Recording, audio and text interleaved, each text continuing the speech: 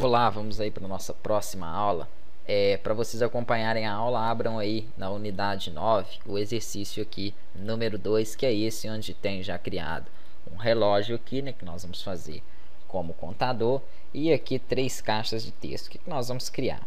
Na primeira parte aí nós vamos fazer um relógio aqui, né, mostrando um relógio e o tempo dele correndo. Seria um relógio digital. Depois nós vamos fazer esses ponteiros aqui andar de acordo com esse relógio que vai correndo aqui. Então nós vamos primeiramente só colocar, fazer ele puxar a hora, né, e deixar a hora aqui corrente. Então como se fosse aí o relógio digital. Depois a gente faz esse relógio aqui dinâmico com esses ponteiros andando. Aqui eu tenho 3 caixas de texto com as instâncias txt hora, que é essa primeira que nós vamos começar trabalhando com ela, e depois semana e data, cada um ali com sua instância, txt semana e txt data. O que eu quero fazer? Quero, por enquanto, fazer com que essa caixa de texto txt hora receba aqui, né, hora, minuto e segundos. Então vamos lá começar a criar aí, né, a programação. Entrei ali no painel de Actions, vou fazer o seguinte: primeira coisa que eu vou fazer é criar uma variável. Vou dar o nome para ela aqui de agora, e ela vai ser, continuar aí trabalhando com o tipo data. Não vou instanciar ela aqui na frente, como a gente fazia new date, depois vocês vão entender por quê. Vou colocar aqui embaixo para que ele receba ela.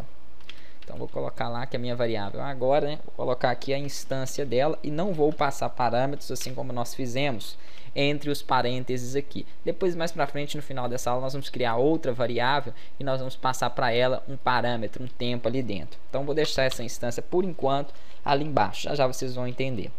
E o que eu quero fazer aqui agora? Quero que a minha caixa de texto txt hora, que é aquela primeira que eu mostrei, ela receba, né, ali dentro ali um texto contendo o quê? Hora, minuto e segundo. Então eu vou falar que aquela caixa de texto vai receber um texto. Qual que é o primeiro texto? Agora queria a hora, então ponto .os, que vai me mostrar a hora.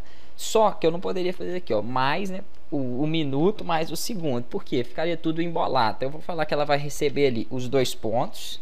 Depois que receber os 2 pontos, aí sim vai receber o minuto. Então agora, que é a minha variável, ponto minutes, que nós vimos já na aula passada, mais, né, vou concatenar ela novamente aqui com os 2 pontos, e aí sim vai receber os segundos.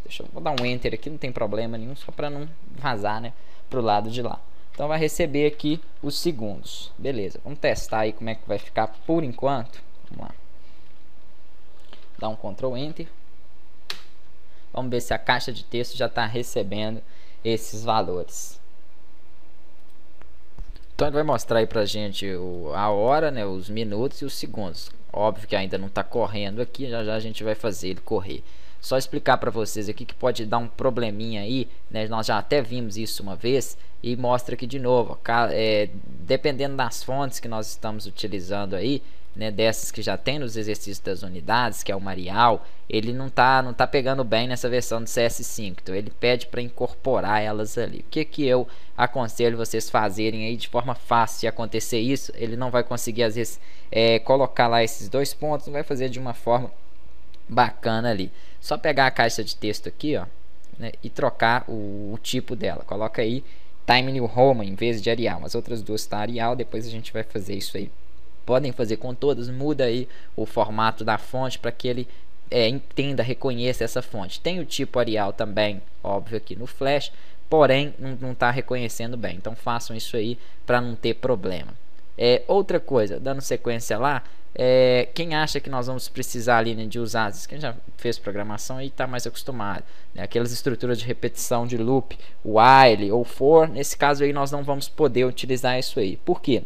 Essas estruturas de repetição, no caso estou falando para fazer os segundos rodar ali, o tempo correr, ela acontece logo de cara, e não acontece assim, né, com o passar do tempo, e eu vou precisar justamente disso, que essa estrutura de repetição continue, né, acontecendo, que isso continue acontecendo, no caso não vai ser uma estrutura de repetição, com o passar do tempo.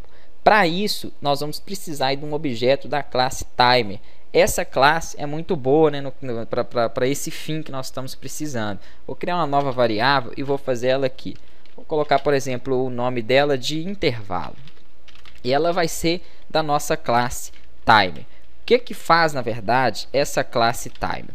Ela serve no seguinte: ela cria uma chamada de uma função, ela chama uma função em uma determinada periodicidade de tempo. Então, em um determinado tempo que eu escolher, ela vai chamando aquela função. Esse tempo nós já vamos definir aqui, determinar ele dentro da própria função. Então, eu vou instanciar ela aqui, dentro aqui dos parâmetros, onde nas outras ali, né, de data nós não passamos nada, eu vou passar o tempo em que eu quero que ela seja executada, que ela funcione, que vai ser 1000. Como que funciona esse 1000? É 1000 milissegundos. Vou até comentar aqui, deixa eu tirar essa barra lá de cima. Então, vão ser 1000 milissegundos. Esse tempo é em milissegundos. A cada 1000 contador, 1000 vezes, né, que 1000 desse tempo que eu inseri aqui no caso é 1 segundo. Então, a cada 1 segundo, ele vai chamar a função. A função nós vamos criar na próxima aula, para não estender muito. Então, na próxima aula, nós criamos a função e vamos fazer esse contador ali, né, já começar a rodar e funcionar. Então, até a próxima videoaula.